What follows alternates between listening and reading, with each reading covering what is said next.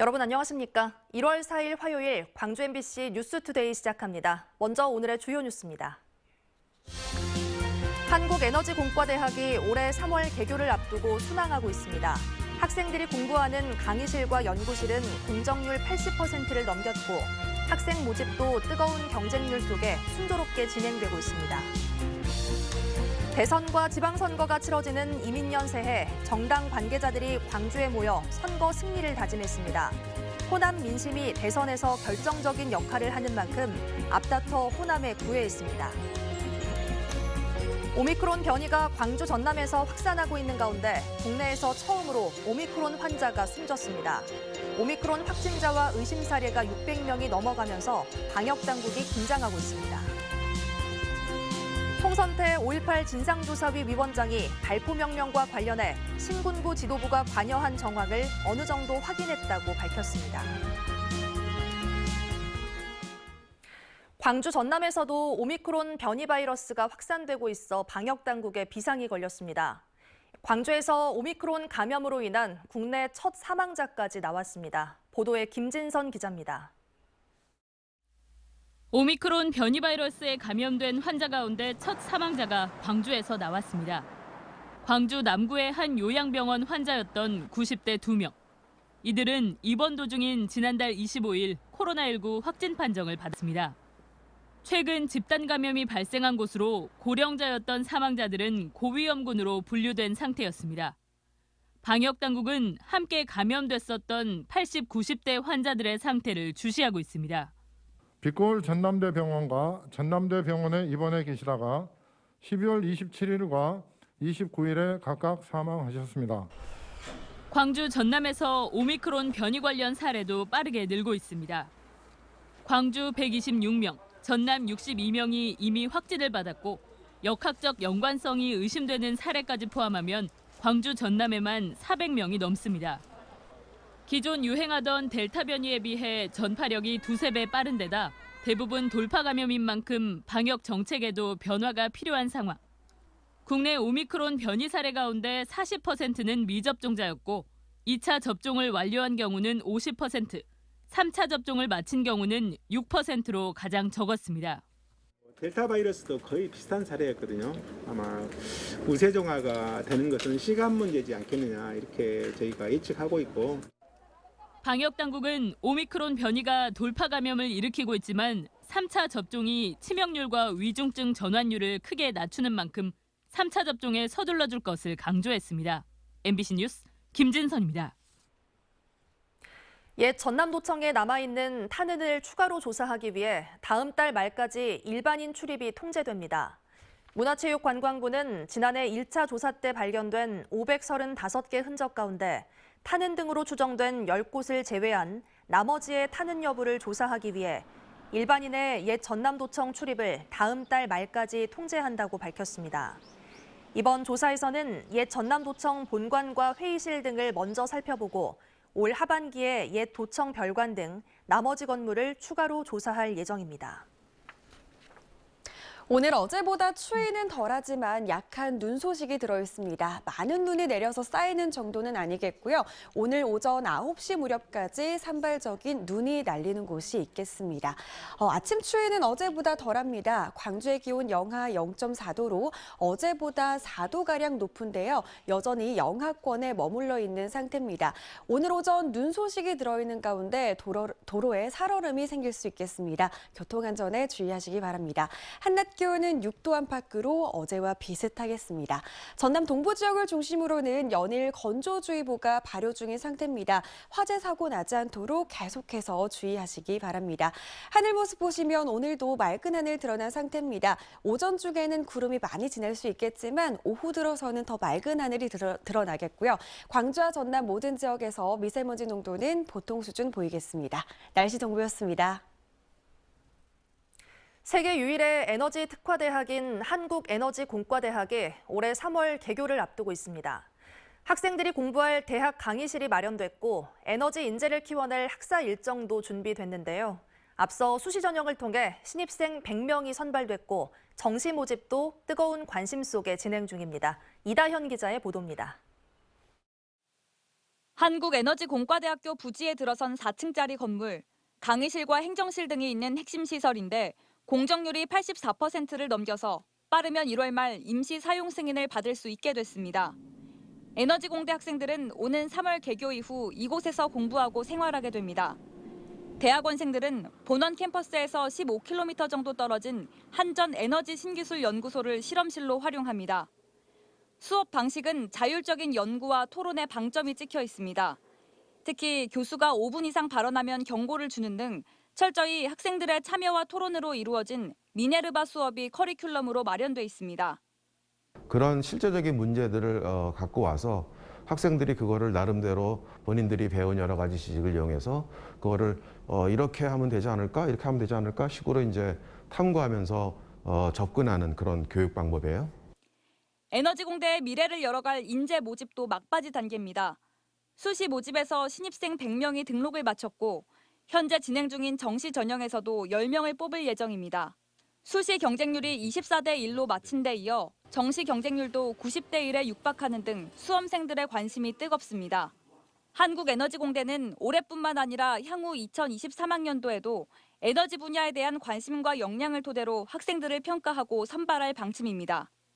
당연히 에너지 분야에 관심을 가지고 있는 게 제일 중요할 것 같고요. 좀 더 창의적이고 그리고 본인의 생각을 확장할 수 있는. 지난해 말에는 에너지공대를 법정 기부금 단체로 지정해 에너지공대 기부금액에 대해 세제 혜택을 주는 내용의 법률 개정안이 통과돼 안정적인 재원 마련의 틀도 갖춰졌습니다. 에너지 분야 산업계와 학계의 중심이 될 한국에너지공대, 이제 개교가 눈앞으로 다가왔습니다. MBC 뉴스 이다현입니다. 네, 이번에는 한국에너지공대의 인재 육성 프로그램과 학사 일정 등을 자세히 알아보겠습니다. 한국에너지공과대학 윤희준 총장에게 들어봤습니다.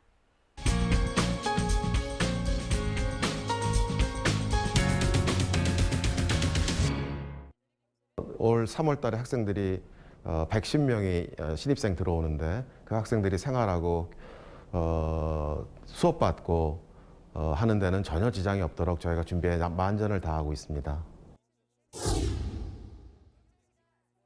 우리 대학의 커리큘럼은 먼저 1학년 들어오게 되면 먼저 공학적으로 풀어야 되는 문제에 대한 거를 먼저 제시를 해줍니다.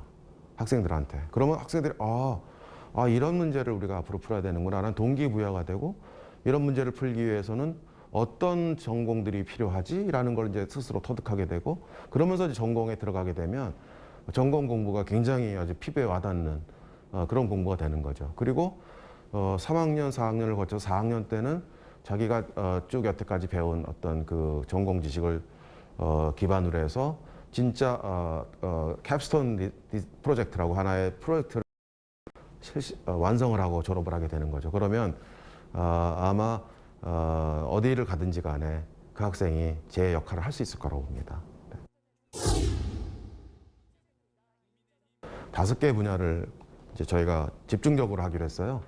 그러니까 첫 번째가 에너지와 관련된 인공지능 기술. 그다음에 두 번째가 에너지와 관련된 신소재 기술. 그다음에 세 번째가 수소 에너지 기술. 네 번째가 스마트 그리드 쪽, 전력망 쪽에 관련된 기술. 마지막으로 5번째가 기후 환경과 관련된 기술. 요 5개의 기술인데 사실 이거 처음에 그 계획 짤 때는 탄소 중립 2050 얘기가 없을 때입니다. 근데 이제 선견 지명이 좀 있으셨죠. 그리고 이게 시의적절하게 우리나라 탄소 중립 선언하고 한 것하고 이제 잘 맞물려서 저희가 아까 얘기한 5개 연구 분야가 다 탄소 중립 2050을 실현하기 위한 핵심 기술인 거예요.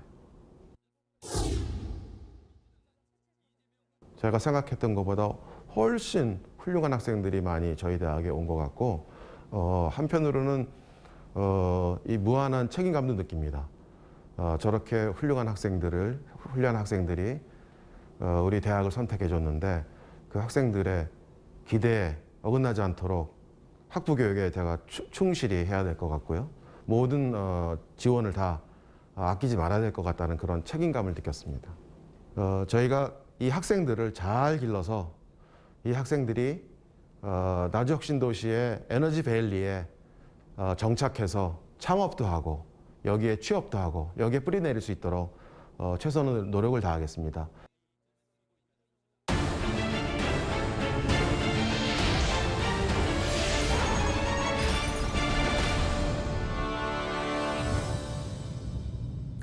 올해는 대선과 지방선거 등 굵직한 선거가 잇따르는 선거의 해입니다. 특히 역대 대선에서 호남의 선택이 결정적인 결과를 만들었던 만큼 여야 정당들의 호남 민심 잡기가 본격적으로 시작됐습니다. 보도에 송정근 기자입니다. 이른 아침부터 민주당 광주시당 당직자들이 국립 5.18 민주묘지에 모였습니다. 광주시당 위원장과 광주 지역 국회의원, 그리고 광주 선대위 공동위원장들까지 올해 치러지는 대선을 앞두고 승리를 다짐하기 위해 한자리에 모인 겁니다. 정권 재창출에 방점을 찍고 있는 민주당은 예전 같지 않은 호남 지지율을 끌어올리기 위해 강기정 전 수석을 호남 특보단으로 임명하는 등 집토끼 단속에 나섰습니다. 특히 호남 민심이 수도권과 일부 지역에서 민주당 결집의 촉매제 역할을 해왔다는 점에서 민심 끌어안기에 몰두하고 있습니다. 5월의 정신으로 제4기 민주정부를 기필코 실현해내겠다라고 하는 다짐을 하기 위한 참배입니다. 이준석 대표 선출 이후 호남 지역 신규 당원이 8배 이상 증가하는 등 서진 정책이 어느 정도 효과가 있었다고 자평하고 있는 국민의힘도 지지율 끌어올리기에 안간힘입니다. 역대 대선에서 호남의 지지율이 두 자릿수를 기록한 선거에서 승리를 거뒀던 만큼 흔들리는 호남 민심의 틈새를 파고들기 위해 노력하고 있습니다. 호남에 대해서 다시는 홀대론이 나오지 않게 하겠다는 게 윤석열 후보의 입장입니다. 앞으로 미래 산업에 있어서 우리 호남이 중심이 될 수 있도록 그런 정책으로 정의당 역시 새로운 호남의 전략적 선택을 요청했습니다. 거대 양당의 역대급 비호감 후보보단 불평등과 차별 극복이라는 과제를 해결할 수 있는 심상정 후보를 선택해달라고 호소했습니다. 지금 거대 양당의 후보들은 누가 되더라도 시민들이 신뢰하는 정권이 만들어지기가 쉽지 않습니다. 그런 면에서 가장 준비되어 있는 정당이 정의당입니다. 대선까지는 앞으로 60여일이 남은 상황. 대선 결과에 따라 지방선거 결과도 요동칠 것으로 예상되고 있어 호남 민심을 얻기 위한 여야의 수싸움이 치열해질 것으로 예상되고 있습니다. MBC 뉴스 송정근입니다.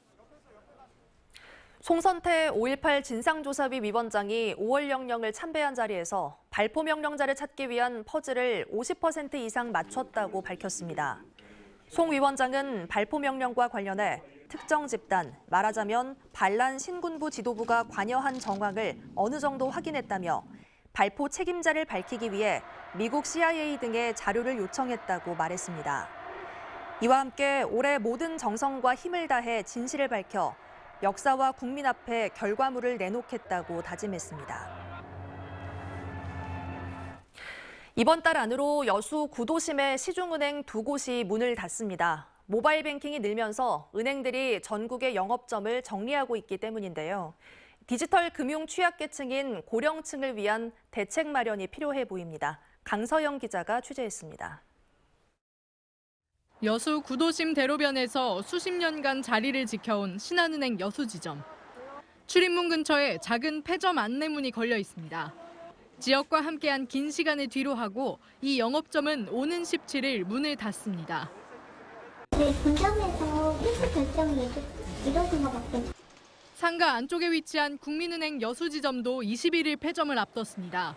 인근 상인들은 4km 떨어진 여서지점까지 가야 할 처지에 놓였습니다. 나도 지금 가기 전에 또 갖고 와서 앱을 가지고 뭐 잘 안 되는 게 있어서 다 물어봐야 되니까 숙제예요, 숙제만. 모바일 뱅킹 등 비대면 거래가 늘면서 은행 영업점들이 빠르게 사라지고 있습니다. 지난해에만 전국 영업점 200여 곳이 사라졌고 전남 지역에선 최근 1년 새 15곳이 폐점할 정도입니다. 이제는 고령 인구 밀집 지역의 은행들까지 사라지면서 논란이 일고 있습니다.